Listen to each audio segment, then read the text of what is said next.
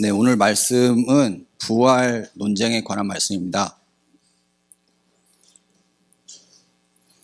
2주 후면은 부활절인데요. 그죠? 2주 후면 부활절인데, 딱 이렇게 우리 매일 성경 큐티에 딱 이렇게 맞춰서 잘 있더라고요. 그래서 오늘 이 말씀을 전하게 되었고요.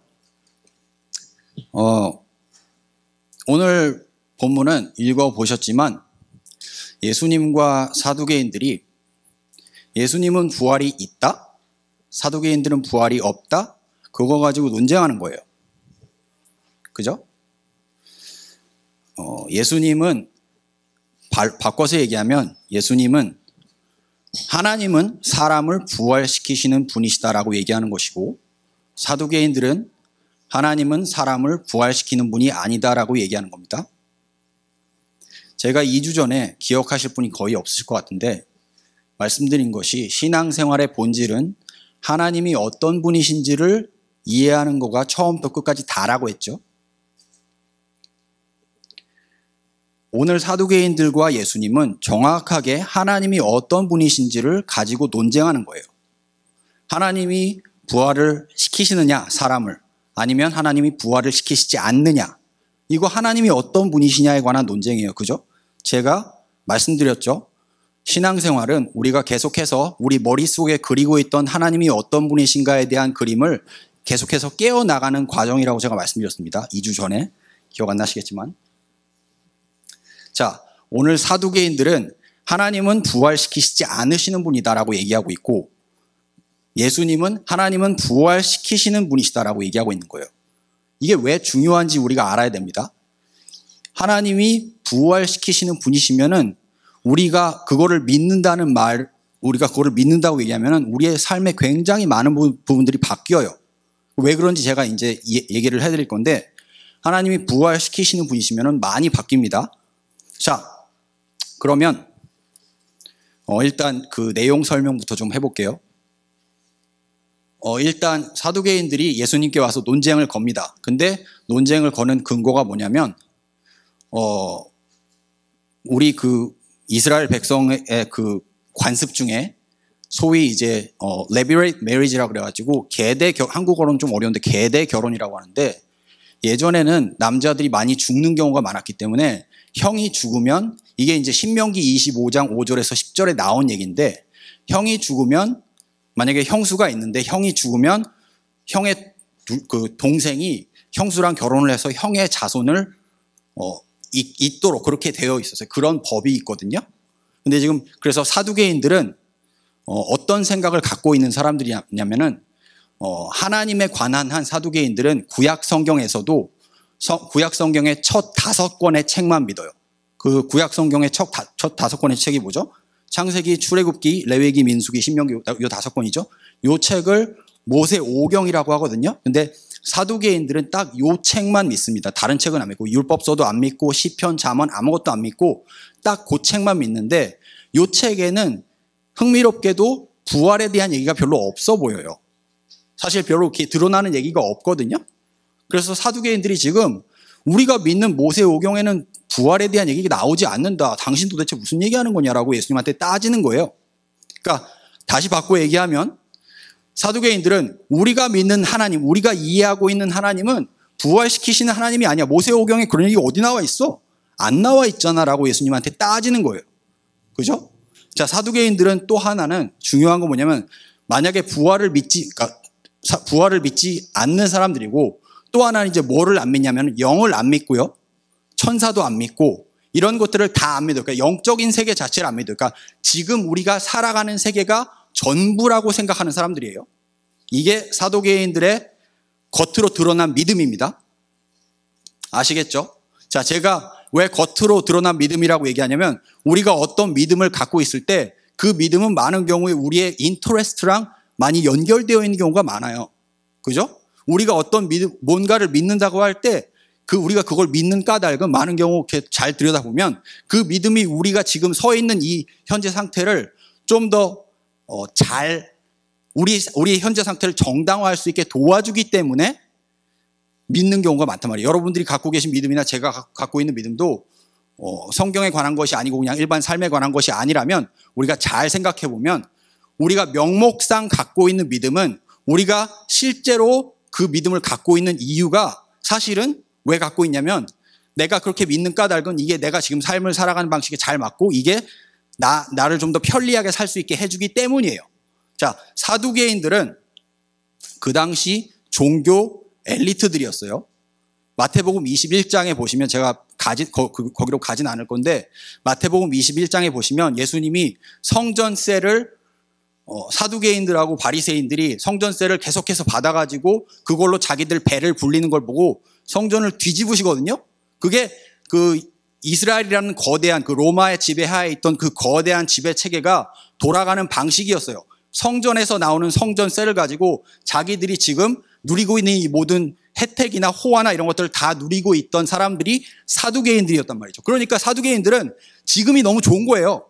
부활 필요 없어. 그죠? 부활이 있어서 뭐예요? 그죠? 근데 부활이 없으면 없는 책이 어디냐? 딱 모세오경에 부활이 없는 것처럼 보이잖아요. 그죠? 그래서 사두개인들은 사실은 자기들의 특권과 기득권을 지키기 위해서 왜냐하면 지금이 너무 좋으니까 그죠? 사두개인들은 굳이 로마의 지배를 벗어날 필요가 없는 거예요. 지금 사실 이스라엘은 로마의 지배하에 있고 사두개인들을 빼면 다른 여러 계층의 사람들은 로마의 지배를 벗어나려고 막 노력하고 있어요. 마치 우리나라가 예전에 일제 치하에서 막 벗어나려고 노력했듯이 벗어나려고 막 노력하고 있는데 사두개인들은 자기들은 지금이 너무 좋은 거야. 여기가 좋사오니 나 지금 너무 좋아. 하나님 그냥 이대로 있었으면 좋겠어. 자, 사두개인들이 갖고 있는 하나님 이해가 사두개인들이 갖고 있는 이해관계, 정치 경제적인 관계랑 딱 맞물려 떨어지죠. 그죠? 지금 사두개인들이 모세오경을 빌미로 삼아서 하나님은 부활시키시는 하나님이 아닌데 왜 부활시키시냐고 얘기 안 하고 예수님께 따지는 거는 그런 목적이 있는 겁니다. 아시겠죠? 자, 근데 예수님이 다음을 넘겨주시면 이거 배경 설명이 기네. 다음을 넘겨주시면 그렇죠. 예, 예수님이 이제 32절에서 구약 성경에 있는 말씀을 딱 던져요. 그리고 이제 사두개인들이 반응이 어떻죠? 놀래죠. 왜 그러냐? 저 말씀 32절 말씀이 출애굽기 3장 6절 말씀이에요. 아시겠죠? 출애굽기 3장 6절에서 모세가 하나님을 딱 대면할 때 하나님이 모세가 이제 갈대덤불 속에서 막 불 타잖아요. 그래서 모세가 그걸 보고 누구십니까? 그랬는데 하나님이 모세한테 나는 아브라함의 하나님이고 이삭의 하나님이고 야곱의 하나님이다라고 말씀하시는 그 장면을 예수님이 던지시는 거예요. 왜 그러냐? 사두개인들은 모세오경밖에 안 믿으니까 그죠? 예수님도 사두개인들을 설득하려면 모세오경을 가지고 얘기해야 될 거 아니에요. 그죠? 그래서 모세오경 중에서 출애굽기 3장 6절에 나와 있는 아브라함의 하나님, 이삭의 하나님, 야곱의 하나님이라고 얘기하시면서 하나님이 이런 분이시다라고 얘기를 하는 거예요. 근데 그렇게 얘기할 때 그 구절은 사실 아브라함은 모세가 하나님과 대면할 당시에 살아 있었고, 그죠? 그 말은 아브라함이 죽었다고 하더라도 아브라함의 영이 하나님을 대면하고 있었고, 이삭도 마찬가지고 야곱도 마찬가지고 하나님의 영을 대면하고 있었다. 근데 너네가 모세오경을 믿는다고 하면서 이걸 모르냐라고 딱 치신 거예요. 그래서 사두개인들이 지금 벙찐 겁니다. 이거 우리가 확실하게 다 외우고 있다고 생각했던 말씀인데 어떻게 이렇게 이럴 수가 있지라고 놀란 거예요. 자, 이게 배경 설명입니다. 제일 지루한 부분인데, 자, 이게 배경 설명이에요. 자, 그럼 제가 다시 앞으로 돌아가면 사두개인들이랑 예수님이랑 궁극적으로 하나님이 어떤 분이시냐를 가지고 싸웠다 그랬죠. 그죠? 하나님이 어떤 분이시냐, 하나님이 부활시키시는 분이시냐, 부활시키지 않는 분이시냐 갖다가 싸웠다 그랬는데 여러분들 잘 생각해 보시면 사두개인들은 명목상으로 부활을 믿지 않았고 실제적으로도 자기들이 어떤 그 정치 경제적인 이익과 맞물려 있었기 때문에 실제적으로도 부활을 믿지 않았는데 그럼 우리를 한번 생각해 보자고요. 여러분들 부활을 믿는다는 게 무슨 뜻인지 아세요? 예수님이 우리가 매년 부활절 하고 이스터 하고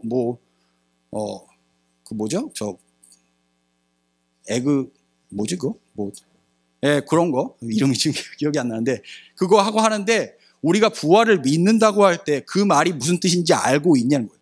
기본적으로 하나님이 부활하셨다고 할 때 우리가 그걸 믿는다고 하면은 우리는 그게 우리 삶의 구체적으로 우리의 관계와 우리의 습관과 우리가 살아가는 방식에 무슨 의미인구나를 알고 나서 그대로 사는 게 부활을 믿는 거거든요.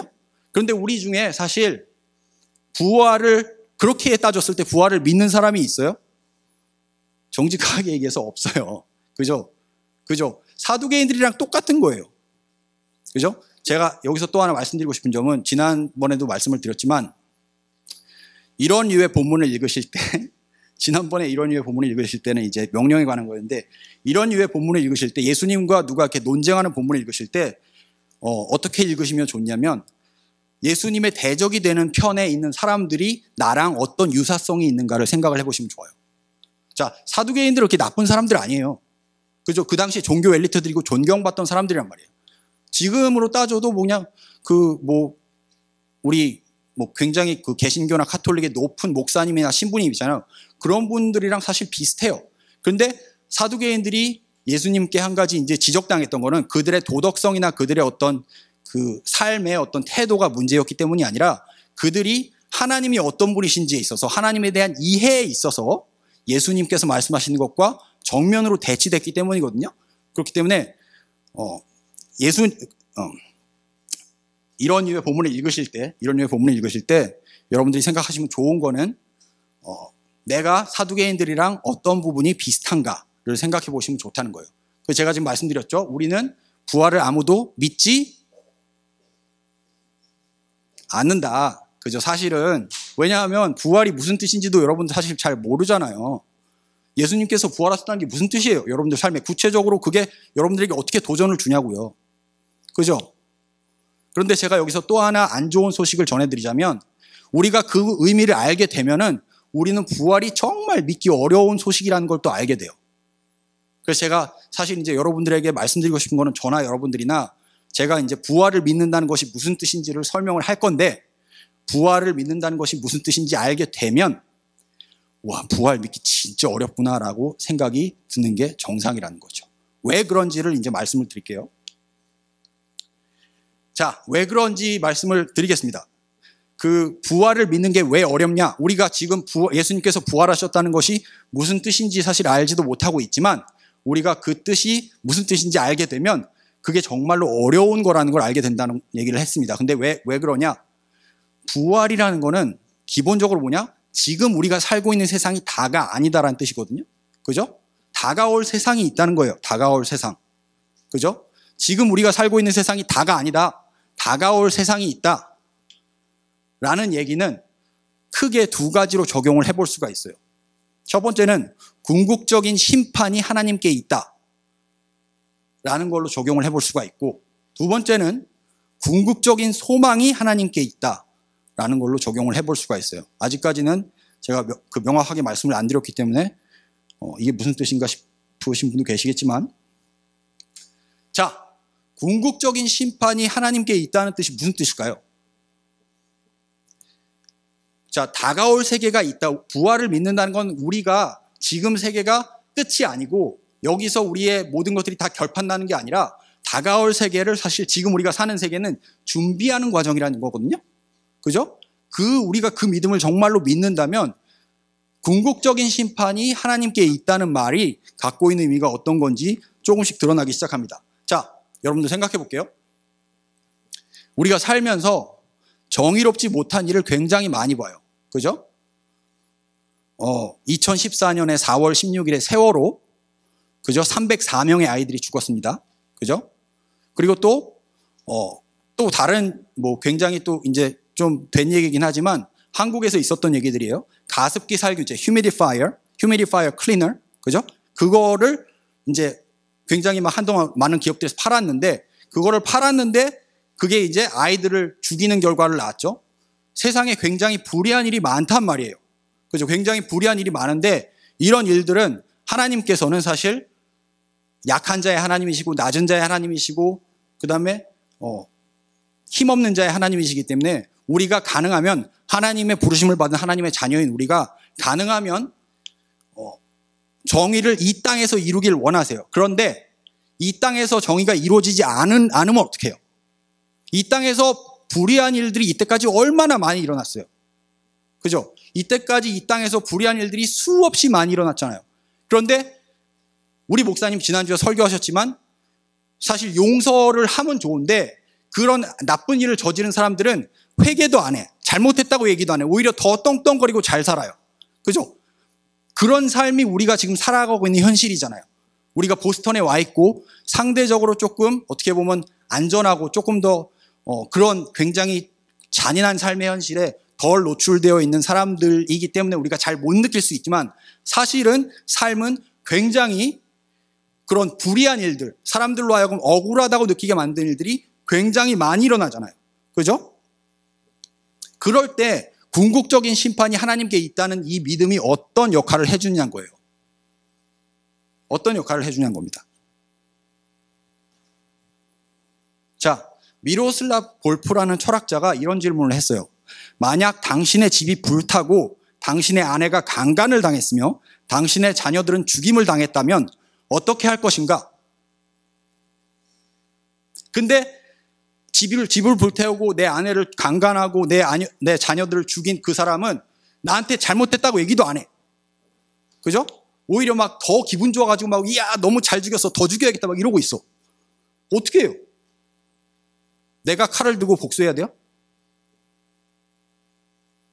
내가 칼을 들고 사실 죽여버려야겠다 복수를 하고 원수를 갚아야겠다라고 하는 게 사람의 기본적인 마음이잖아요. 그죠? 기본적인 마음인데 이때 궁극적인 심판이 하나님께 있다는 그 믿음이 우리에게 말해주는 게 뭐예요? 그게 뭐죠? 넘겨봅시다. 또 넘겨봅시다. 자, 이 말씀이 왜 나왔냐? 내 사랑하는 자들아 너희가 친히 원수를 갚지 말고 진노하심에 맡기라. 기록되었으되 원수 갚는 것이 내게 있으니 내가 갚으리라고 주께서 말씀하시니라. 라는 말씀이 무슨 뜻일까요? 제가 지금 이때까지 한 얘기에 미루어 볼 때 궁극적인 심판이 지금 이 세상이 아니라 다가올 세상에 있다라고 하는 믿음은 우리로 하여금 우리 안에 복수의 어떤 그런 엄청난 끓어오르는 감정이 있다고 하더라도 복수를 하지 않을 수 있게 해준단 말이에요. 자, 이게 사실 제가 이렇게 이론적으로 이렇게 얘기하지만 굉장히 어려운 거죠. 거의 불가능한 거예요. 그죠? 사실 목사님 지난주에 설교하시면서 이제 용서를 실제로 어떻게 할 수 있냐 거의 불가능하다라고 얘기했는데 같은 차원이에요. 자, 여러분들의 어떤 집에 엄청난 피해를 준 사람이 있는데 그 사람에게 복수하고 싶은 마음이 안 들 수가 있어요? 저절로 자연스럽게 들게 되잖아요. 그죠? 그런데 우리가 정말로 궁극적으로 하나님께서 심판하실 것이다. 이 얘기처럼 하나님께서 모든 것을 새롭게 하실 것이다. 다가올 세상에 그렇게 할 것이다 라고 믿는다면 지금 우리가 복수하지 않을 수 있는 지금 우리에게 해를 끼친 상대방을 향해서 폭력적으로 되갚아주지 않을 수 있는 동기를 제공해 준단 말이에요. 이거 어려운 얘기입니다. 제가 아까 얘기했죠. 부활이 무슨 뜻인지 알면은 여러분들 되게 이거 믿는 거 진짜 어렵구나라고 생각하게 된다고. 그죠? 부활은 이런 뜻이에요. 우리의 삶에 예수님께서 부활하셨다는 뜻이 이런 뜻이라고요. 첫 번째로 이거 지킬 수 있겠어요? 못 지켜요. 그죠? 물 좀 먹고 갈게요.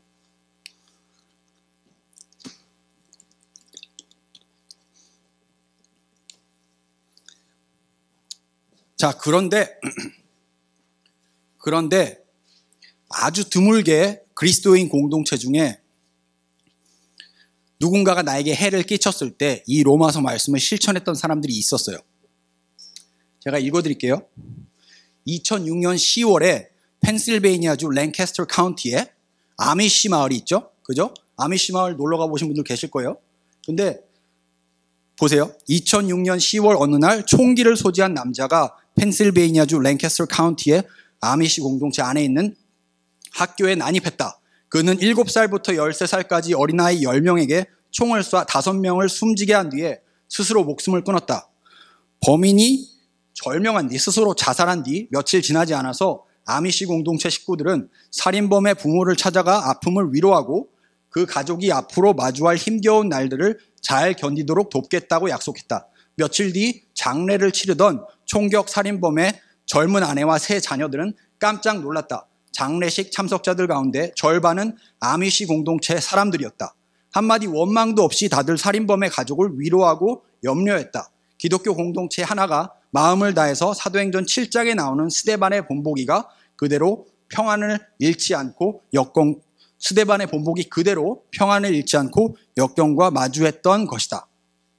자, 이 사람들은 펜실베이니아 랭캐스터 카운티에 있는 사람들은 하나님의 예수님의 부활하심, 지금 이 세상의 끝이 아니라 다가올 세상에 하나님께서 회복을 주실 것이라는 것을 뼛속까지 믿었던 사람들이에요.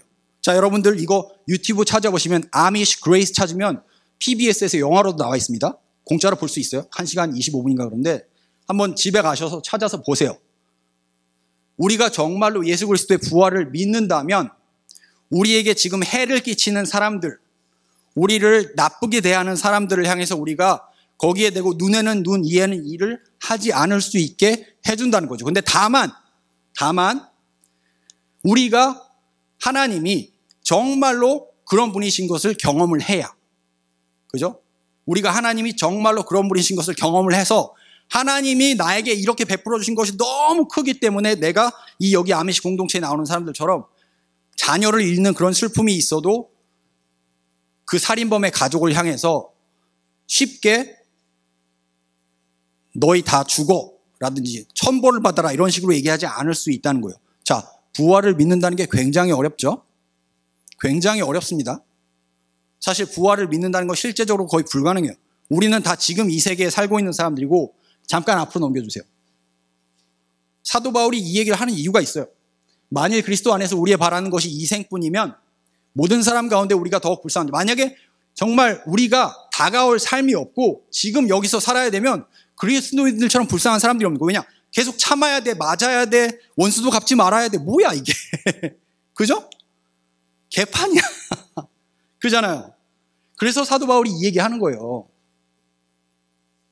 그런데 만약에 우리가 다가올 삶이 있다, 부활이 있다, 예수님께서 부활하셨고 우리도 예수님 안에서 부활할 것이라는 그 믿음이 강하면 강할수록 우리가 누군가가 우리에게 해를 끼쳤을 때 이 아미시 공동체 사람들처럼 원수를 갚지 않을 수 있는 용기와 어떤 마음의 근육이 생긴다는 거죠. 자, 제가 말하는 사람이 이걸 할 수 있을까요? 지금 말하면서 저는 굉장히 지금 그래요. 오늘 이상하게 떨리더라고요. 땀도 나고. 자, 궁극적인 심판을 우리가 정말로 믿는다면 이렇게 살 수 있다는 겁니다. 그죠? 어렵죠? 자, 두 번째, 이게 마지막입니다. 궁극적인 소망의 문제에 있어서 우리가 부활을 믿는다는 것은 지금 우리가 살고 있는 세상이 끝이 아니라 다가올 세상이 있고 그 세상이 우리의 궁극적인 소망이다라는 걸 믿는 거예요. 그게 무슨 뜻이냐? 일단 그 뜻이 아닌 거는 뭐냐면 다가올 세상이 진짜고 우리가 사는 세상은 가짜다 이 뜻은 아니에요. 그죠? 다가올 세상은 진짜고 우리가 지금 사는 세상은 가짜다 이 뜻은 아닙니다. 만약에 우리가 다가올 세상이 진짜고 지금 사는 세상이 가짜라고 하면은 우리는 굉장히 금욕적이 되게 돼요. 지금 사는 세상 뭐 버려도 돼, 남들 신경 안 써도 돼, 뭐 우리 그냥 조그만데 우리끼리 가서 하나님 믿으면서 그냥 잘 살면 되라고 얘기할 수 있어요. 그죠? 그런데 부활신앙은 그런 식으로 작동하지 않아요. 우리가 다가올 세상이 있다라고 하는 믿음은 우리로 하여금 금욕적이 되지 않게 합니다. 왜냐? 넘겨주시죠. 이거 안 했네? 다음 넘겨주세요. 야고보서인데? 오케이. 자, 하나님이 뭐라고 하시냐면요.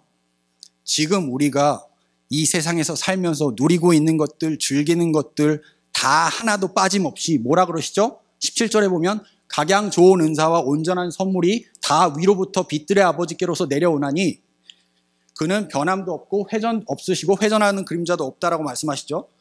자, 그거 무슨 뜻이죠? 우리가 지금 살고 있는 이 세상이 여전히 의미가 있다는 거예요. 그러면 다가올 세상이, 우리가 정말 다가올 세상에 궁극적인 소망이 있다고 믿는 것은 뭐냐? 그거 뭐냐면 다가올 세상이 우리가 지금 살아가는 세상을 오리엔트 해준다는 뜻이에요. 우리가 다가올 세상에 대한 소망을 가지게 되면 우리가 지금 살아가고 있는 세상에서 우리가 일하는 동기, 자녀를 키우는 동기, 일하는 목적, 살아가는 목적 이런 것들이 다 그 다가올 세상의 관계에 리오리엔트 된다는 뜻이에요. 아시겠죠? 자, 이게 그 세상이 중요하고 지금 세상이 중요하지 않다는 뜻이 아니죠. 왜냐하면 성경이 지금 세상에서 우리가 누리고 있는 것들 너무나 중요하고 지금 세상에서 우리가 누리고 있는 것들 절대로 죄책감을 가지거나 뭐 이거 누리면 안 되는 거야. 저 불쌍한 애들이 있는데 이러라고 가르치지 않아요. 우리가 지금 누리고 있는 귀한 것들, 우리에게 주신 귀중한 사람들, 우리가 지금 보스턴에 있는 것, 공부하는 것들 다 너무나 귀하고 소중한 것들이에요. 그런데 예수님께서 하신 말씀은 뭐냐? 하나님께서 하신 말씀은 뭐냐? 너희가 정말로 다가올 세상을 믿고 그 다가올 세상에 궁극적인 소망을 두면 그 소망을 기준으로 지금 여기 살아가는 세상을 다 리스트럭처링 해라. 다 리오르게나이징 해라. 그 뜻이에요. 너희가 지금 살아가는 삶의 동기도 바꾸고 일하는 동기도 바꾸고 관계 맺는 방식도 바꾸고 다 바꿔라는 뜻이에요. 왜냐하면 우리의 궁극적인 소망이 저기 있기 때문에. 무슨 말인지 아시겠죠? 그 뜻입니다.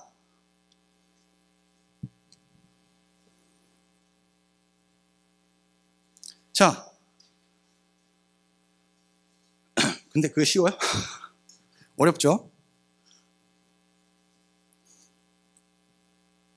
맨날 나가는 직장, 맨날 나가는 학교, 지겨워.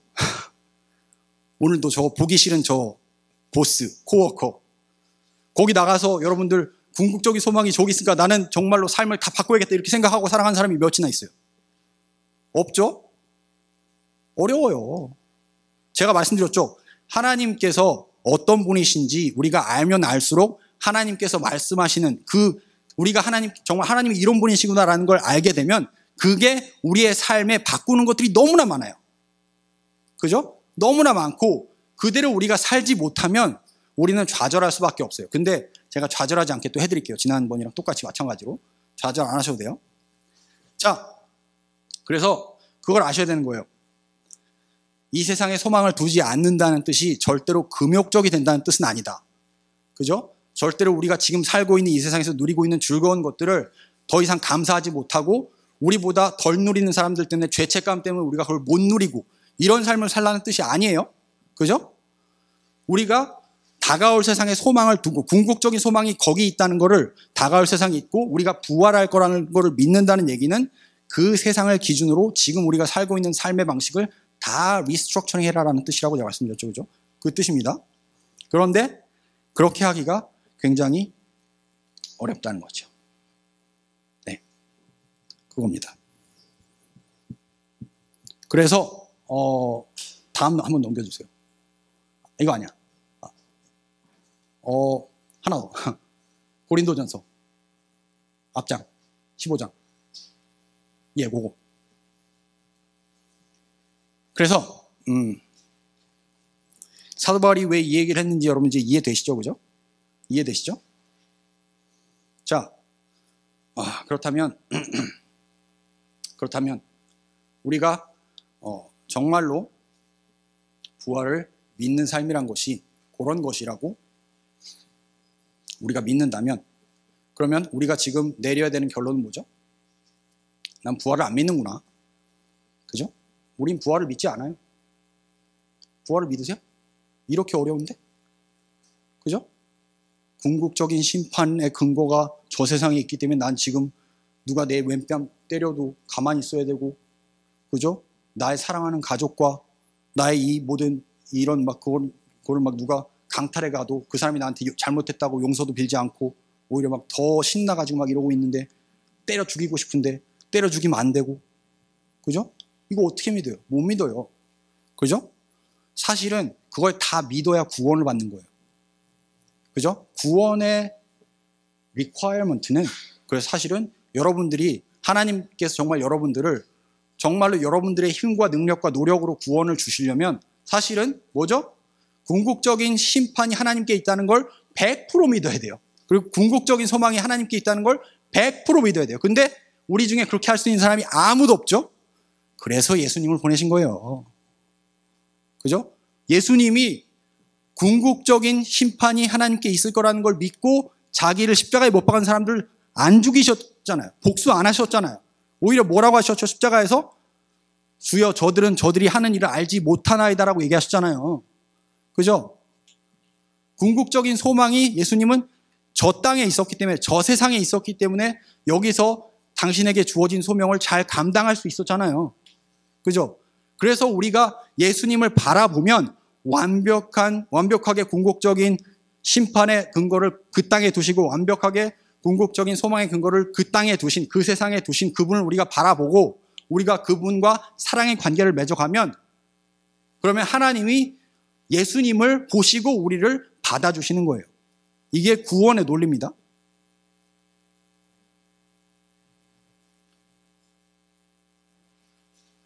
할 얘기 거의 다 한 것 같아요. 이제. 자, 이게 구원의 논리예요. 가장 완벽하게 원수를 용서하신 분, 가장 온전하게 하나님께만 소망을 두신 분. 그죠? 우리가 하나님을 정말로 믿고 예수님과 관계를 맺어가면, 여러분들 남자친구 여자친구 있으신 분들, 부부이신 분들 서로 오래 사귀거나 오래 같이 살면 서로 닮아요. 그죠?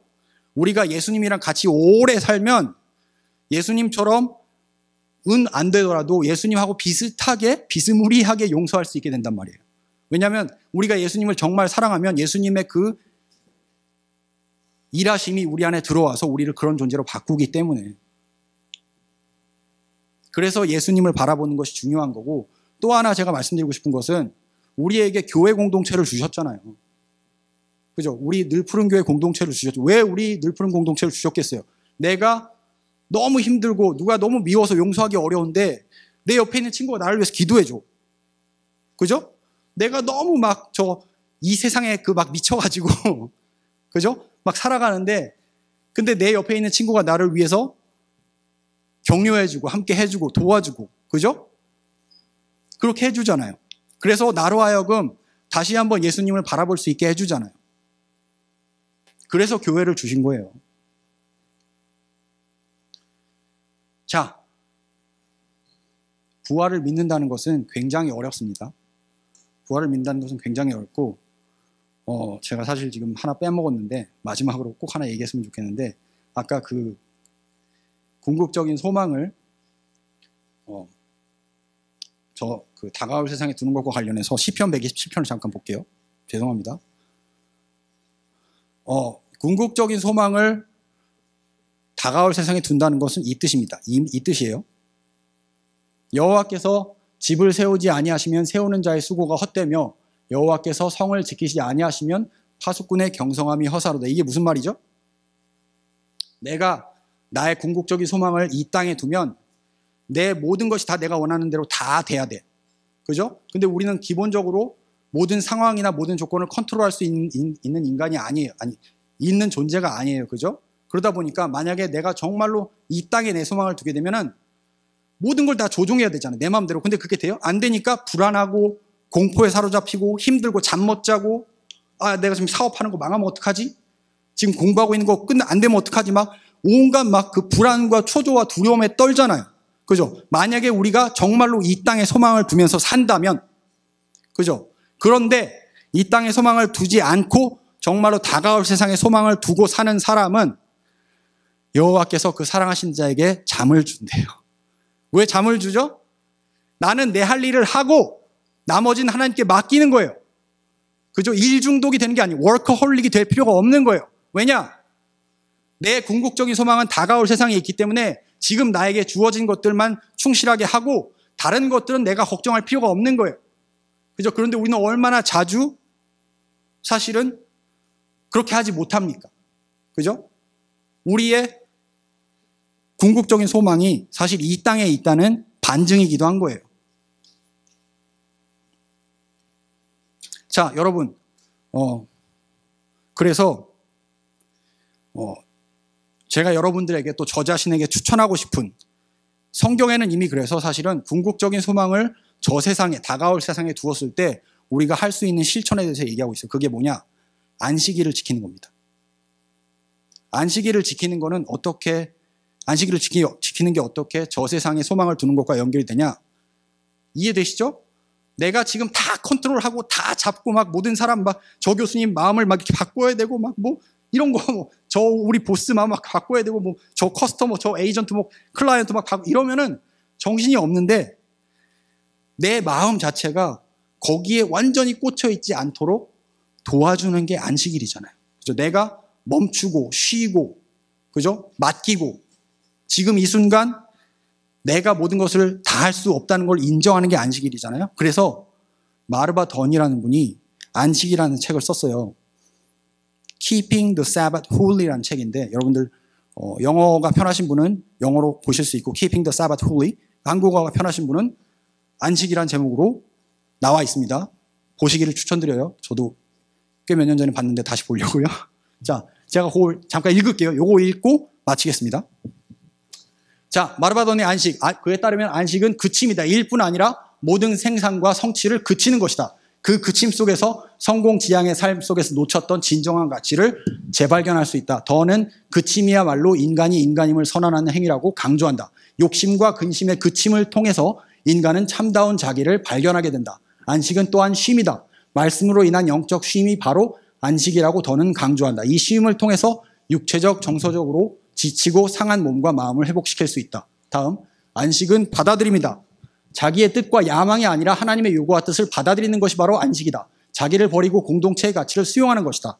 더는 하나님이 주신 소명과 뜻을 받아들이는 자만이 진정한 안식을 취할 수 있다고 단언한다. 안식은 또한 향연이다. 즐거움이며 축제다. 더는 축제가 있는 안식을 누려야 한다고 강조한다. 그러면서 초대교회는 음식을 중심으로 모이는 축제 교회였다고 구원한다. 자, 궁극적인 소망을 다가올 세상에 두는 것, 이런 삶입니다. 그죠? 비폭력적이 되는 삶, 원수를 갚지 않아도 되는 삶, 내가 지금 여러 가지 일을 벌리고 있어도 그것 때문에 불안해하고 힘들어하고 어려워하지 않고 안식할 수 있는 삶, 오히려 더 안식하는 삶, 더 하나님께서 나의 구주가 되셨음을, 더 하나님께서 내가 지금 이걸 이루어야 된다는 거기에 마음이 꽂혀 있는 그게 아니고, 왜냐하면 이 땅에 내 소망이 없기 때문에 다가올 세상에 내 진짜 소망이 있기 때문에 나는 지금 쉴 수 있다 라고 말할 수 있는 것이 부활의 신앙인 겁니다.